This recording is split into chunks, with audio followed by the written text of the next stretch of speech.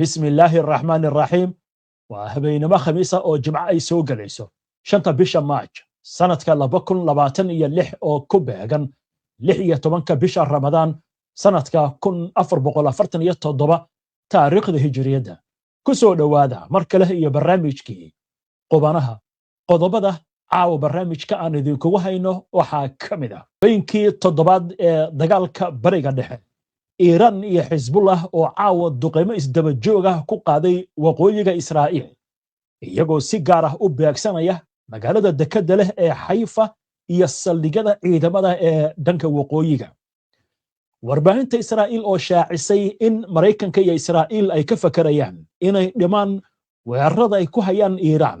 haddaba maxay tahay sababto sheeko cajiib ah oo muuqata in dagaalkan uu keenay isbeddel la yaab leh ayaan idin haynaa إيران أو شاعسة إنay diyaar u tahay ciidamo dhanka dhulka oo wadankooda ku soo duula Mareykanka oo dagaalka soo geliyay diyaaradaha duqeymaha istiraatiijiga ah ee B-52 kadib markii waxa laga qaban waayay duqeymaha Iiraan madaxweynaha Faransiiska oo codsi dagaalkan la xiriira u jeediyay Iiraan wasiirka gaashaandhigga Israa'iil oo ku andacooday inay ka go'an tahay ridista nidaamka Iiraan madaxweynaha Ukraine oo isna sheegaya inuu aqbalay codsi ka yimid dalalka bariga dhexe kaas oo ku aadan sida loola tacaalo diyaaradaha ismiidaamiya ee Iiraan maxay tahay diyaaradda droonka ee ismiidaamisa ee laga qayliyay ee Iiraan ay u adeegsatay markii ugu horeysay dagaalkan taasi oo xitaa nidaamyada difaacu ay ku jahawareereen warbixin xiise leh ayaan idinkaga haynaa amuurtan dhammaan wararkan iyo weliba qodobo kale oo faahfaahsan wixii warah ee soo kordhay intaynu hawada ku jirno ayaan idinkugu soo gudbinaynaa barnaamijka qubanaha soo dhawaada mar kale daawadayaal si aad ula socoto oo hesho wararka barnaamijyada iyo macluumaadka aynu halkan ka soo gudbino haddii aad ka cusub tahay baraheena bulshada amaba horay aadan ugu xirnayn hadda ku soo biir waadna ku mahadsantihiin daawashada barnaamijka habeenkii toddobaad ayuu galay dagaalka bariga dhexe waxaan idin haynaa sheekooyin cajiib ah oo dagaalkan la xiriira iyo isbedello muuqanaya laakiin waxaynu ka hormaraynaa Iiraan iyo Xisbullah ayaa xoojiyay duqeymaha sawaariikhda iyo diyaaradaha droniska ee ay ku hayaan Israa'iil goordhaweyd seeriga digniinta ka bixiya gantaalada ayaa laga maqlay magaalada Haifa ee waqooyiga Israa'iil iyo meelo ballaaran oo ka mid ah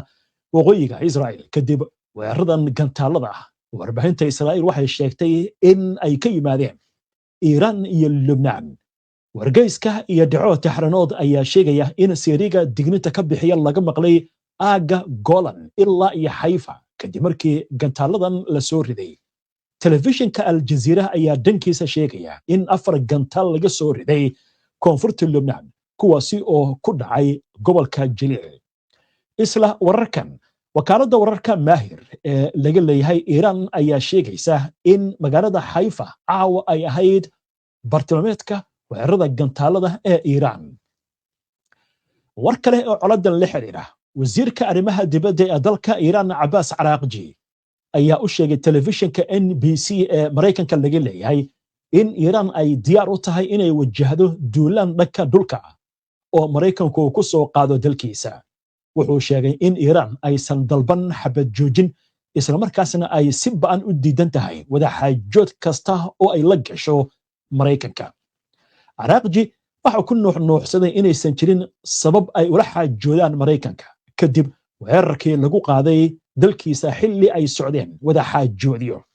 wuxuu farta ku fiiqay in weerarka uu dhacay intii lagu jiray wada xaajoodiyo ay sababeen in markaasi in Iiraan ay ogolaato wada hadallada laakiin wuxuu yiri hadda waxaynu ka fogaanaynaa wax kasta oo wada hadal ah mustaqbalka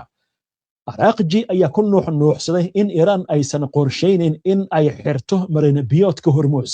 balse ay tixgelin karto dhammaan fursadaha haddii dagaalku sii socdo waxa kale oo uu sheegay inaysan jirin wax xiriir ah oo uu la leeyahay ergeyga Mareykanka Stephen Witkoff iyo Jared Kushner oo Trump saddex u yahay isla markaasna xiriirkooda uu joogsaday ka hor dagaalka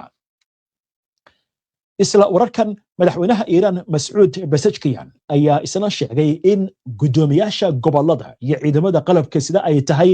inay si adag ula tacaalaan dhaqdhaqaaq kasta oo gooni goosada. qoraal uu ku daabacay baraha bulshada ayaa Pezeshkian waxa uu sheegay in uu qadarinayo geesinimada iyo sharafta dadka Kurdistan ee garab istaagay qadiyadda Iiraan maalmahan taariikhiga ah.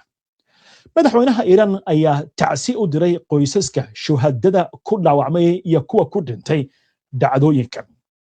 wuxuu carabka ku adkeeyay in gudoomiyaasha gobolada iyo ciidamada amniga qaabilsan ay si adag ula tacaalayaan dhammaanba dhaqdhaqaaq kasta oo gooni goosada.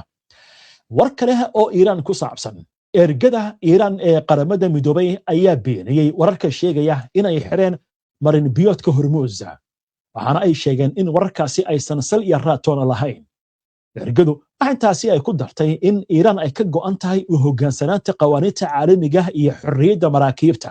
ergadu waxa intaa ku dartay in Maraykanku uu yahay kan qatar gelinaya amniga maraakiibta badaha. geesta kale telefishinka Iiraan ayaa soo xigtay taliyaha xarunta Qaatim al-Anbiya oo sheegaya in jug culus ay gaarsiiyeen Maraykanka iyo Israa'iil. waxaana sidoo kale uu sheegay wasiirka uu yiri cadowga waxaan ku dhafan doonaa jug culus oo ka daran kuwii hore oo ay ka shalayn doonaan wixii ay sameeyeen. xagga Maraykanka taliska dhexe ee ciidanka Maraykanka CENTCOM ayaa sheegay in dayuuradaha dagaalka ee duqeymaha istiraatiijiga ee B-52 ay fuliyeen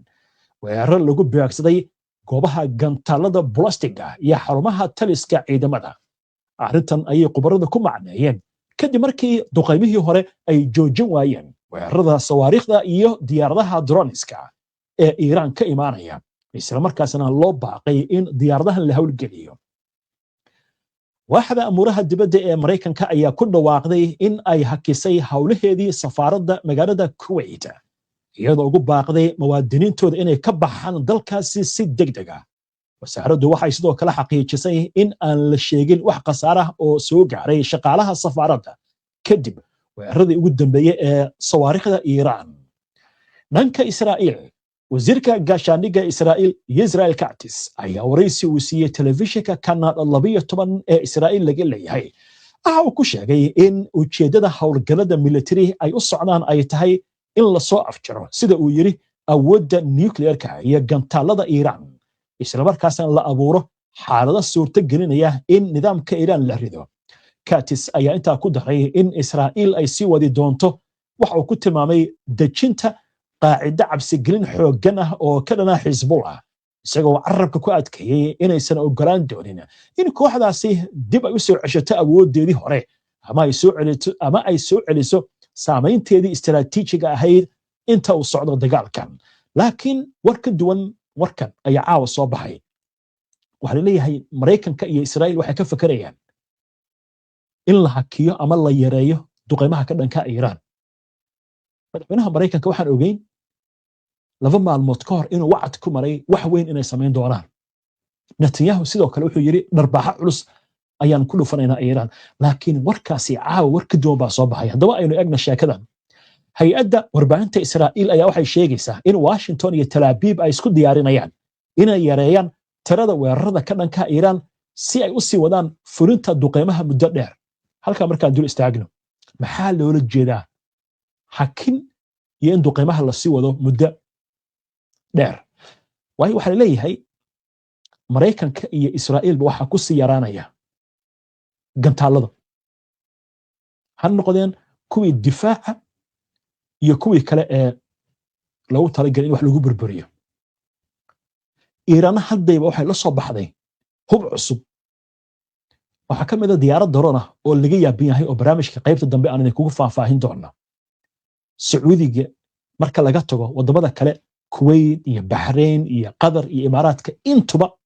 waxaa la sheegayaa inay ku sii yaraanayaan nidaamka difaaca. way qaylinayaan. madaxweynaha Ukraine ayaa fariin loo diray oo leeyahay sidee ula tacaashaan weeraradan Ukraine ka imaanaya. sheeka madaxweynaha Ukraine uu sheegana way noo soo socotaa. hadda laakiin waxa leeyahay duqeymahan joogtada ah ee lagu hayo Iiraan ayaa la rabaa in la beeqaamiyo ama la yareeyo. iiraaniyiintu dagaalku 6 maalmood uu socdayba way jiraan meelo badan oo laga burburiyey iyo xarumo laga weeraray laakiin inta badan xeelad bay isticmaaleen waxay sameeyeen 3,000 oo gawaari been abuur ah oo laga sameeyey buufin qaarkood laga sameeyey alwaaxyo qaarkood gawaari gabowday iyo ciidamadii aysan isticmaalin imika ayaa biro loo suray birahaas ayaa waxa la sheegayaa in la duqeeyey hadda ka hor warbixin laga qoray dagaalkii muqdisho ku dhex maray jenaraal Caydiid iyo Mareykanka ayaa waxa la sheegay in xogaga Caydiid waagaas ay isticmaaleen gaari dameerka waad garanaysaan wuxuu leeyahay 2 birood oo hore oo dhaadheer oo loogu talagalay in dameerka u jiido gaari dameerka waxa la intii la badiyay baa meelo kala duwan la dhigay diyaaradihii helikobtarada ahaa waa 1993 waxay burburiyeen qaybta dambe ee gaari dameerka intii birihi kor loo jeediyay markaas waxa loo qaatay inay yihiin gawaari teknika ah xeeladii Soomaalidu isticmaalaysay 1993 ayaa 2026 hadda Iiraan ay isticmaalaysaa halkaas sawirka waxaa kaga muuqda diyaarad helikobtar ah oo sawir ah oo Israa'iil ay duqeynayso dhinaca kale waxaa la sawiray diyaarado kale oo dagaal oo Mareykanku ay duqeynayaan hubkii marka wuxuu ku qasaarayba halkan marka waxa la yiri si dagaalku u sii socday duqeymaha mustaqbalka hadda sawirkan kale oo arkaysan waa diyaarad helikobtar oo la sawiray $5 bay joogtaa baa la yiri rinjiga lagu sameeyay diyaaradan lagu sawiray gantaalka lagu dhuftana $2 milyan buu joogaa wahagaag aynu ku soconnaa haddaba wararkan warar kale oo coladan la xiriira wakaaladda wararka ee AB ayaa xaqiijisay in 25,000 oo diyaaradood oo kamid ah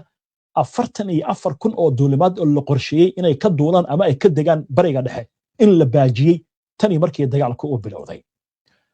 wahagaag haddaba waxaan u gudbaynaa sheekada ku saabsan Iiraan oo la soo baxday diyaarad drone ah oo casri ah oo laga yaaban yahay waxaan kaloo idiin haynaa warar kale oo ku saabsan dagaalkan laakiin intaan u gudbin macluumaadkaas aynu ku hakanno qadar xayeysiina hada mar kale daawadayaal si aad ula socoto una hesho wararkan barnaamijyada iyo macluumaadka aynu soo gudbino haddii aad ka cusub tahay baraheena bulshada ama horay aadan ugu xirnayn hadda ku soo biir waxaad la socotaan barnaamijkii qubanaha oo toos idinkaga imaanaya istuudiyaha iyaga koowaad wahagaag Iiraan waxaa leeyahay dagaalkan 20 sano aan ku celiyay mar kale 20 sano ay isku diyaarinaysa meesha hadda Mareykanka iyo Israa'iil ay ka fakarayaan inay duqeymaha ay yareeyaan oo ay hubka beeqaamiyaan Iiraaniyiintu hadda waxay la soo baxeenba hub casri ah haddaba diyaarad drone ah oo mucjisa oo laga yaaban yahay ayaa la sheegay in howlgalladii ugu dambeeyay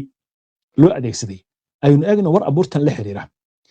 diyaaradan waa diyaarad ismidaamisa waxaana la sheegay inay tahay diyaaradda ugu dheeraysa xagga xawaaraha diyaaradaha ay samaysay Iiraan markii ugu horeysay ayaa loo isticmaalay dagaalkan diyaaradan waxaa la yiraahdaa Xadiid 110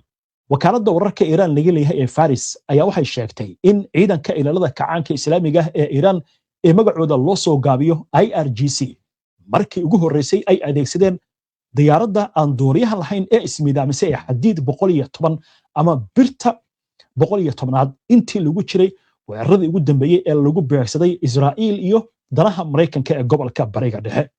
adeegsiga diyaaradan ayaa qayb ka ahaa mawjadii 14aad ee howlgallada sida wakaaladdu ay sheegtay iyadoo xustay in Xadiid 110 ay tahay diyaarad ismidaamisa tan ugu dheeraysa Iiraan ay soo saarto sida wararku sheegayaan diyaaradan waxay leedahay awood ay kaga baxsato raadaarada taas oo suurta gelinaysa naqshadeeda leexsan iyo geesaha fiiqsan ee ay leedahay inay yareynayaan raadraaca raadaarka iyo sidoo kale ku tiirsanaanta matoor yar oo siinaya xawaare sare Xadiid 110 waxay gaari kartaa ama ku socon kartaa xawaare dhan 517 kilomitir saacadii iyadoo gaari karta masaafo ilaa iyo 350 kilomitir waxaana la nashqadeeyay inay dhex marto nidaamyada difaaca hawada isla markaasna ay beegsato goobo xasaasi ah isku darka xawaaraheeda sare iyo farsamooyinka yaraanta ogaanshaha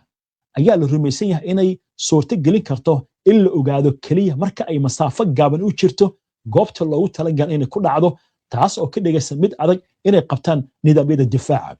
ciidamada ilaalada kacaanka ayaa diyaaradan markii ugu horreysay waxay ku soo bandhigeen bishii February ee sanadkii hore dhoolatus lagu magacaabo Sahande oo wadajir ay u sameynayeen wadamada ku jira ururka iskaashiga Shanghai ama SCCO oo ay ku jiraan Ruushka, Shiinaha, Hindiya iyo Pakistan. General Charles Abinadir ahna falanqeeya arrimaha militariga iyo istiraatiijiyadda ayaa telefishinka Al-Mayadin wuxuu u sheegay in diyaaradan ay tahay tan ka sarreysa Shahiid 110. Abinadir ayaa tilmaamay in kororka awoodda iyo adkaysiga Iiraan aysan ku ekaan doonin diyaaradan oo keliya, balse ay sidoo kale ay jiraan gantaalada balastiga iyo kuwa hypersoniga ee guuxooda ka dheereeya. wuxuu sidoo kale sheegay in fariinta kama dambaysta awoodaha dhan ay tahay in Iiraan weli adkaysi ay u leedahay inkastoo lagu hayo weerar culus, isla markaasna hubkan uu yahay lafdhabarka awoodeeda dhanka difaaca. wararka kale arrimahan la xiriira madaxweynaha Faransiiska Emmanuel Macron ayaa sheegay in xilligan qatarta uu ka codsanayo ra'iisul wasaaraha Israa'iil inuusan dagaal ku fidin Lubnaan. wuxuu sidoo kale ugu baaqay mas'uuliyiinta Iiraan inaysan Lubnaan u horseedin dagaal dhibaato culus geysta. arrinta ugu yaak badan laakiin waxay tahay madaxweynihii Ukraine oo wadankiisa har iyo habeen la duqeynayo baa wuxuu leeyahay wadamadii reer bariga dhexe ayaa waxay leeyihiin macaawi sidee looga hortagaa diyaaradaha droniska. haddaba aynu egna sheeko la yaab leh arrintan la xiriirta. madaxweyne Volodymyr Zelensky ayaa sheegay inay ka heleen Washington codsi gargaar oo la xiriira la tacaalidda diyaaradaha aan duuliyaha lahayn ee bariga dhexe. madaxweyne Trump oo ka jawaabaya su'aal ku saabsan codsiga gargaar ee Zelensky si looga hortago diyaaradaha Iiraan ayaa sheegay inuu aqbali doono gargaar kasta oo ka yimaada wadan kasta. Mareykanka wuxuu leeyahay waxba lagama qaban karo diyaaradahan kaalin caawiniyo. sheekada ugu dambaysa aynu eegaynaa. Israa'iil waxay leeyahay khasaare ballaaran ayaa dagaalkan ka soo gaaraya. marka laga tago burburka maalinlaha ah, dad malaayiin qof oo ku hoos jira dhulka hoostiisa, waxaa la leeyahay arrinta ugu daran waxay tahay xagga dhaqaalaha. haddaba hay'adda warbaahinta Israa'iil ayaa waxay sheegaysaa in xarumaha iyo kaabayaasha dhaqaalaha Israa'iil ay la kulmayaan khasaare lagu qiyaasay 3.7 bilyan oo dollar maalin kasta, taasi oo ka dhalatay xaaladda degdega ah ee dagaalka imika socda. hay'addu waxay intaasi ku dartay in xukuumadda Israa'iil ilaa iyo hadda ay u qoondaysay 3 bilyan oo dollar oo dheeraad ah wasaaradda difaaca si loo xoojiyo awoodda military ee dagaalka tan iyo markii uu bilowday. waxaa hagaag wararkaas halkaas aynu kaga gudubno. markaan balaynu eegno wararka ugu dambeeya, war weyn baa soo dhacay. booliiska